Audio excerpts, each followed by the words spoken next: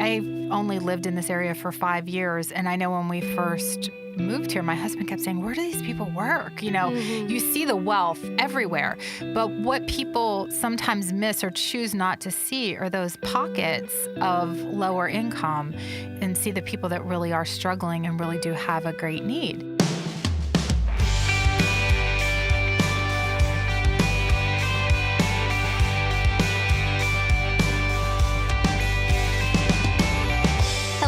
Welcome to More Than Sunday, a weekly podcast where we take a deeper dive into the stories, themes, and questions of our faith.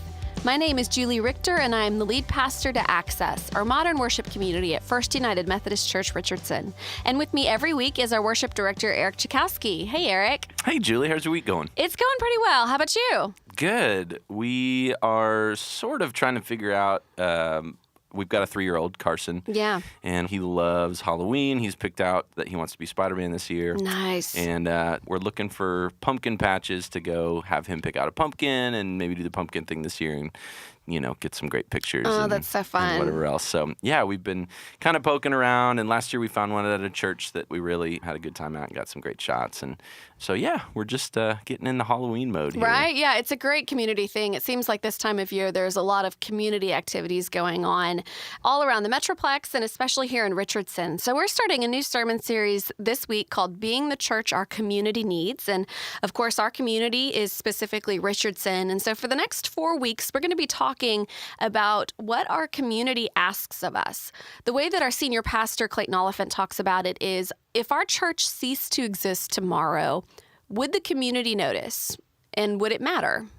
We're hopeful that for those of our listeners who live in Richardson with us, this gives some specifics for what's out there and what's available in Richardson for us to jump into with both feet. And for those listeners who don't live in Richardson specifically, or maybe not even in Texas, we're hoping that you see some parallels between our community and your community, maybe some strengths about Richardson that you might be able to take, or maybe some areas that Richardson has some growing edges that you guys can celebrate in your own communities. But we're really hopeful that this shines some light just on some societal issues that we think many, many communities are up against. So we're really excited to talk to a fellow colleague in the nonprofit world today, Cindy Shafer. Cindy is the CEO of Network, and we are thrilled to get her insights about the community of Richardson today.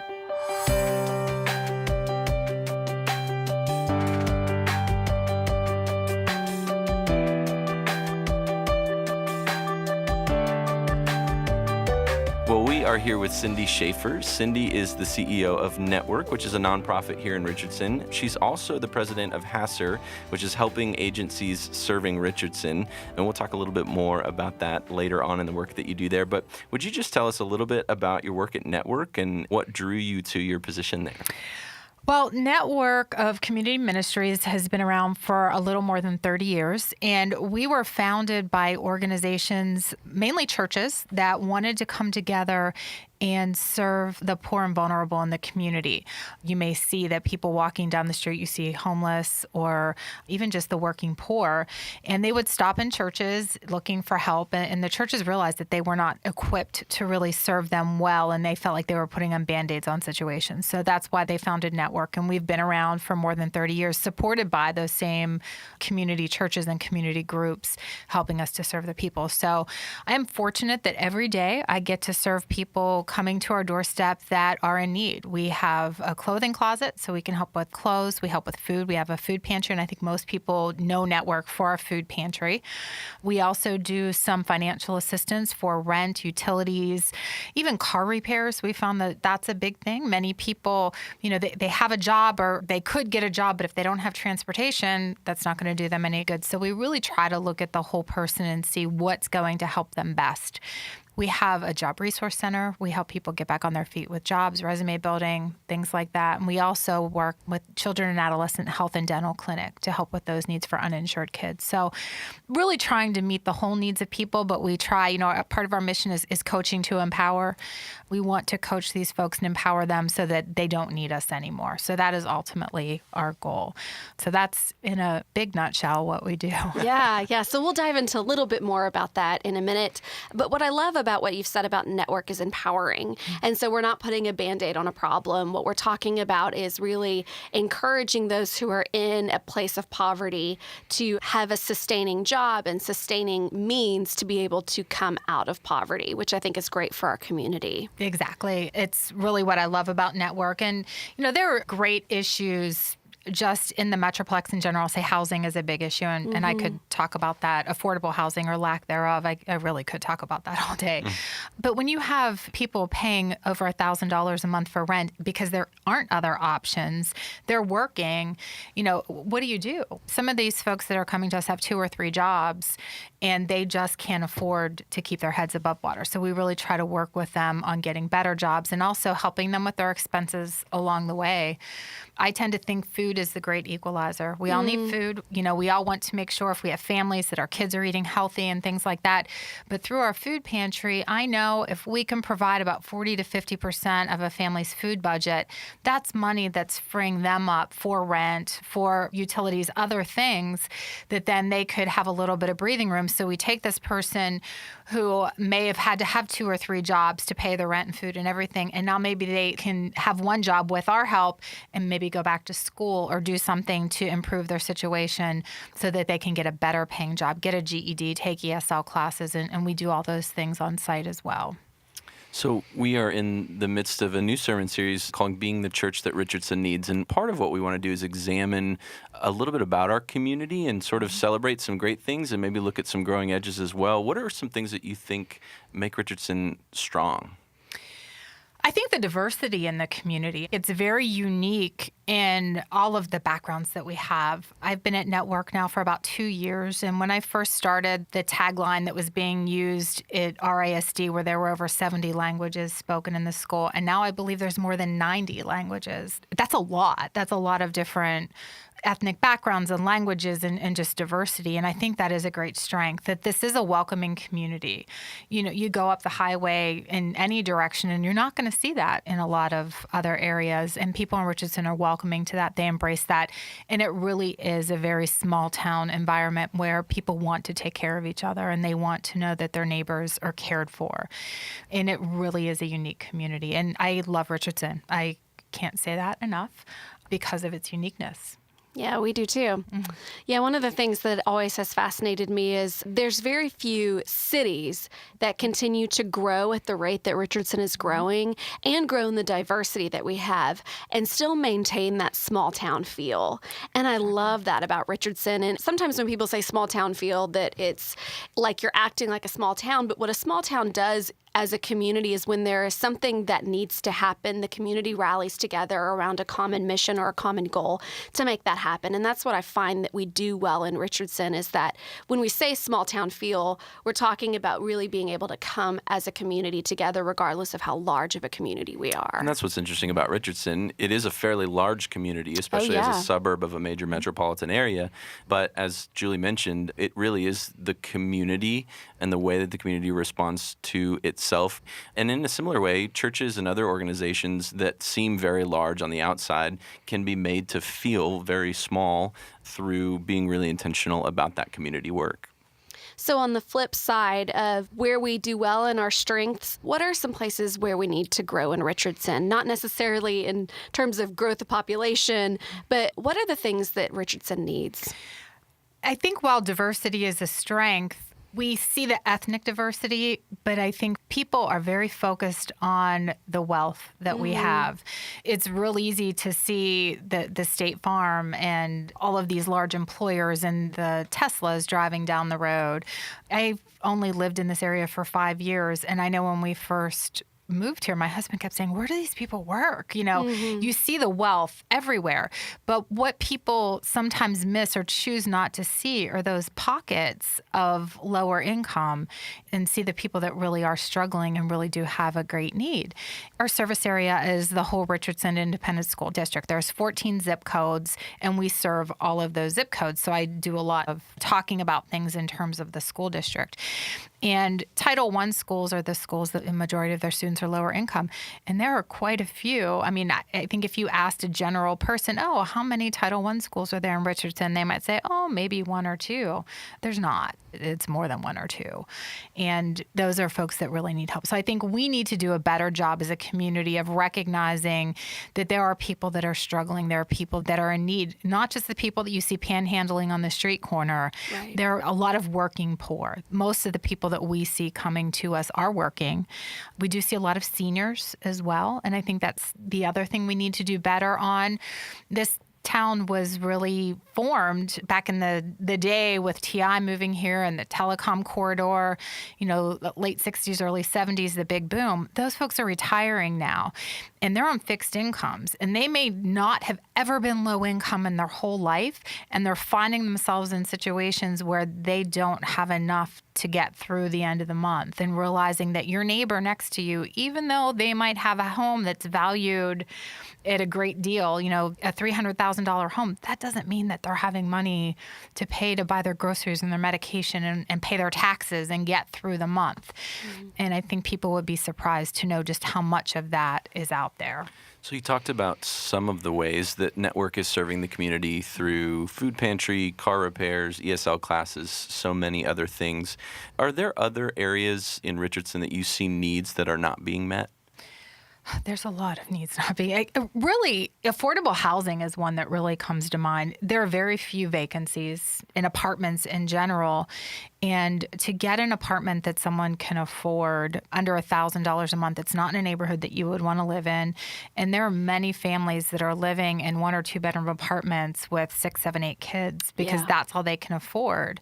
And when you see some of these homes that they're living in, you have people that they're just not very well kept. They're not nice places, and it breaks your heart because to think that you're paying $1,000 a month to live somewhere where you're literally afraid to let your kids poke their head out the door, that's disturbing to me. And there just isn't affordable housing for people. That's a huge, huge issue. So this past summer, we did a sermon series called Labels, and we talked about tearing down the labels that divide us. And so rather than getting to know our neighbor, oftentimes it is so much easier just to stick a label on somebody as homeless or poor.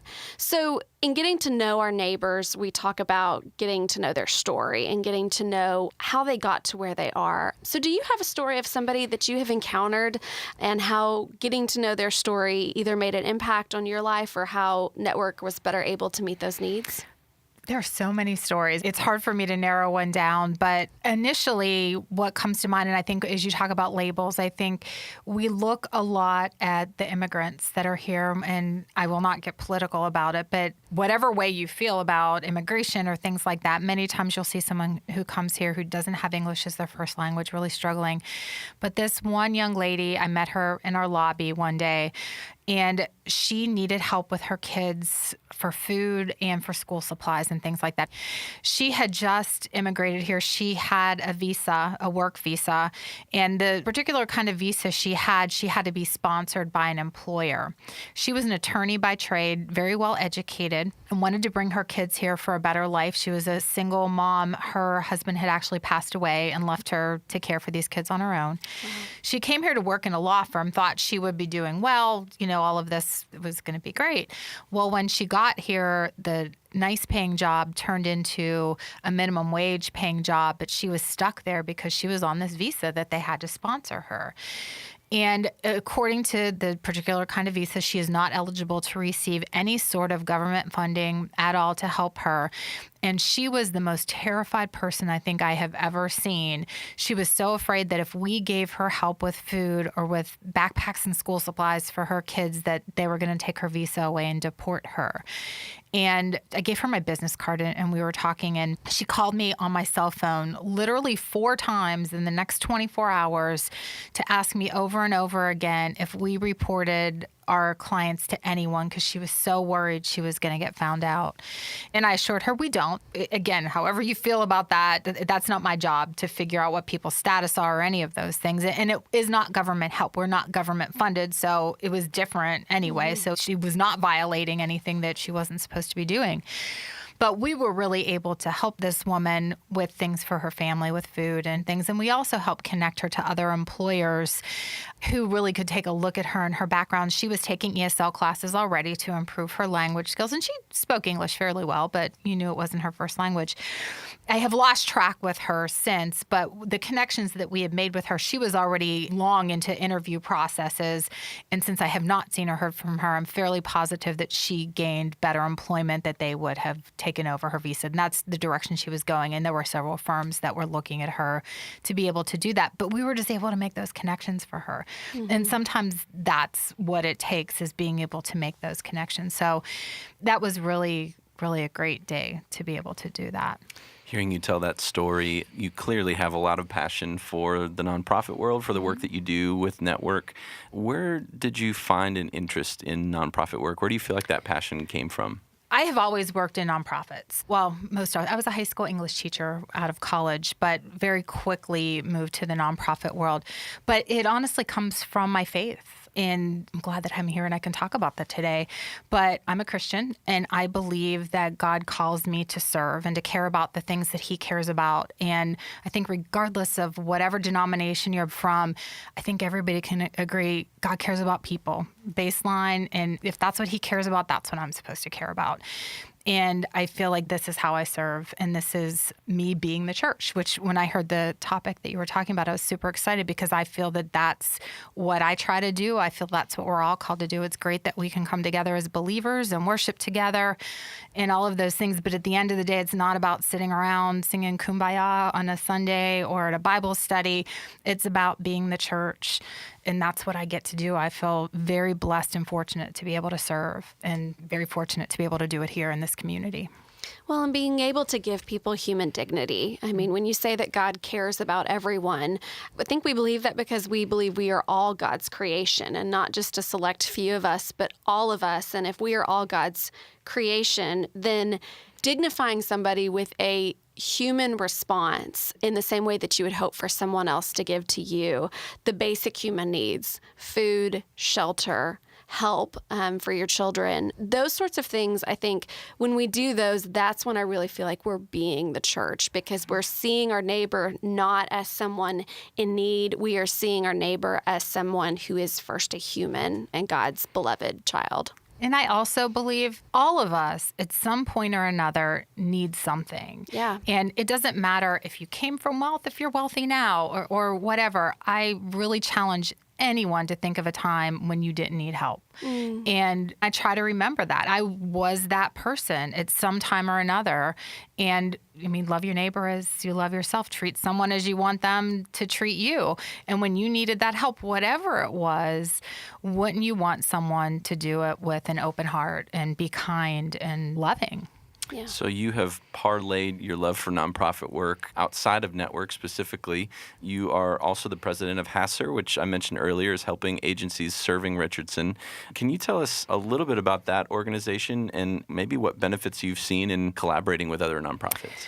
Well, Helping Agencies Serving Richardson was founded as a project out of Leadership Richardson. So if you're familiar with that program, they have different committees that focus on different days. And the Social Service Committee at one point in time realized that there was not a consortium of nonprofits in Richardson. So they founded this, applied for a 501c3, and the organization was born. I feel like it is something that has evolved and ebbed and flowed in different ways. And this year we've taken some time to sort of regroup and figure out what we want to be when we grow up as an organization. And we've really decided that we want to leverage having more strength in education and mentoring each other in the nonprofit world. So we are hosting our first ever nonprofit conference on Thursday, October 25th from 9 to 2, and we're titling it Better Together because we know we're better together. Independently, most of the nonprofits in Richardson are very small. They can't afford to send their people to conferences to hear national speakers or to do breakout sessions or even just to talk with other nonprofits to see what they're doing. And we wanted to give that opportunity to do that. So with a partnership with the City of Richardson, they are hosting the event. They are providing us the space at the Civic Center, and they're providing refreshments, breakfast, lunch. And this is a time for us to come together, and we have workshops planned. We have a keynote speaker talking about diversity and being able to collaborate together. And it's for staff, volunteers, and board members. So as an organization, and I'm coming back to, my high school teacher, I can bring anything back around to the topic at hand. But that's really what, as an organization, we want to do, is make sure that we can educate the nonprofit community at low cost or no cost to be able to access things they otherwise couldn't do, and also have access to each other. Right now, there are only about 15 organizations that are really actively involved in HASR, but we've had more join since we've opened registration. And I think there were 126 nonprofits registered for North Texas Giving Day that serve people in Richardson. They have Richardson zip codes. Wow. So there's great opportunity for more than just those 15 main nonprofits. But I know in my time just serving in the community, being connected with those other groups has been huge for me, and opened up other partnerships, which are really important as well. At Network, we have a partnership with the Counseling Place. They come 2 days a week. They have therapists who will do free counseling on site, because as we talk about needs in the community, mental health is huge. Yeah. So having that on site therapist 2 days a week is great. We partner with Richardson Adult Literacy Center, and they are working with us on ESL classes. We have a partnership to provide GED classes. We have a job coach from Jewish Family Services that comes in, helps us out. So, and then not to mention all of our church and community partners that provide food and things like that. But HASR is huge in that. It's just that consortium is a connector for people to be able to figure out how we can work better together. Well, and that's a great word for us who are part of our local church. I mean, sometimes when we get a group of leadership around the room and we see a need, our most immediate response sometimes is to create something new. We'll start a food bank, or we'll do a clothing drive. And the reality is that there's such good work already happening through other nonprofits in our community. And it's our job not to reinvent the wheel, but to be better connected and partnered with these nonprofits. I think it is so much more fitting to work with people who are already doing it well than do something poorly and not as effectively. So to parlay off of that, how can our listeners get involved with the good work that Network is already doing? You can come visit Network anytime. We are open Monday through Thursday from 9 to 6 and Friday from 9 to noon. If you're interested in volunteering, we have volunteer orientation every Thursday evening at 4 o'clock. You do not need to register. You can just show up for that. But you can check out our website. It's thenetwork.org, and you can get information on all of our programs there. There's a contact us place where if you have a question, you could fill that out there. And also on that site are all of the staff, the senior staff. We have pictures with links to our email. You can send me an email through there if you would like. And, people reach out all the time and say, hey, I'd love to sit down and talk with you about this idea that I have. And I love to do that. I will meet with anybody, give you a tour, and figure out how we can connect, because I really agree about the partnerships. It is so much better to figure out how you can work with someone who's already doing it, maybe make what they're doing better rather than starting from scratch. Absolutely. Well, thank you so much for being with us today. We have one more question that we ask everyone who comes on the podcast, and that question is this. Up until this point in your life, what is one thing you wish someone would have told you? I wish someone would have told me, and this is, I don't know why I had to figure this out on my own, but that I didn't have to know everything myself. I always thought that, okay, if you're a leader, you're in charge, you're supposed to know it all. And I wish someone would have told me a long time ago, you know what, you don't need to know everything, you just need to know who does.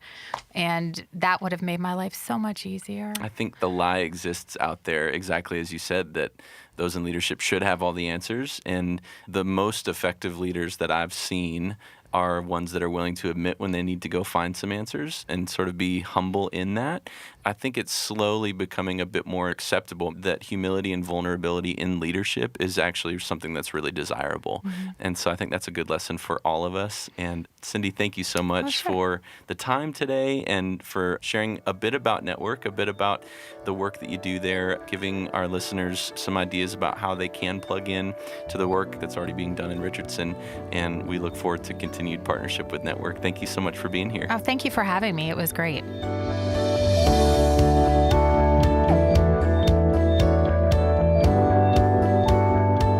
What great encouragement from Cindy today that we don't have to have all of the answers. And maybe the best thing we can do for ourselves is continue to learn, continue to ask questions, and continue to seek answers.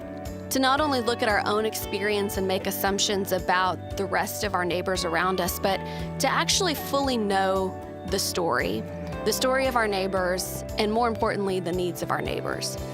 And so for our Richardson community members, we want to encourage you to find an organization like Network or one of the other great nonprofits here in Richardson to get connected with and to find out ways that you can help, because there are so many great organizations that exist, and it's our responsibility as Christ followers to be lifting up our community in those ways. If you don't live in Richardson, we hope that there are organizations doing similar kinds of work. And if there aren't, maybe there's an opportunity to start one, to find people with similar passions for a particular area of need that you guys can really dig into and look to start something incredible. So we want to encourage you to reach out to those NPOs, reach out to your local municipalities, find ways that those organizations are partnering together to really make the community a better place.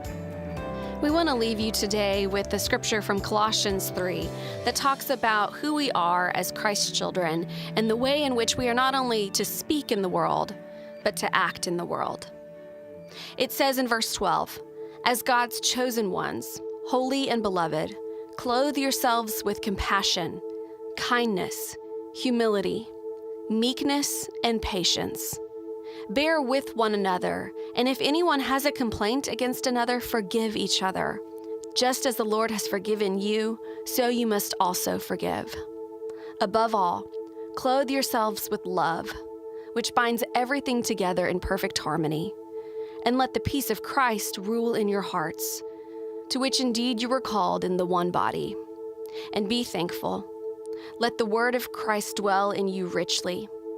Teach and admonish one another in all wisdom, and with gratitude in your hearts sing psalms, hymns, and spiritual songs to God. And whatever you do, in word or deed, do everything in the name of the Lord Jesus, giving thanks to God the Father through him." Thank you so much for tuning into this episode of More Than Sunday. If you like the podcast, please feel free to share it, go online and leave a comment, or give us a rating so that others might hear about us. We've got a new episode coming out every Wednesday, so make sure you also subscribe to the podcast on Apple Podcasts, Google Play, or on YouTube so you don't miss our next episode. If you want to find out more about the Access community here at First United Methodist Church Richardson, you can find us online at accessfumcr.com, as well as on Facebook and Instagram. Special thanks to Cindy Shafer for joining us this week. And make sure you tune in next Wednesday when we have a conversation about inclusion and teamwork. Have a great week.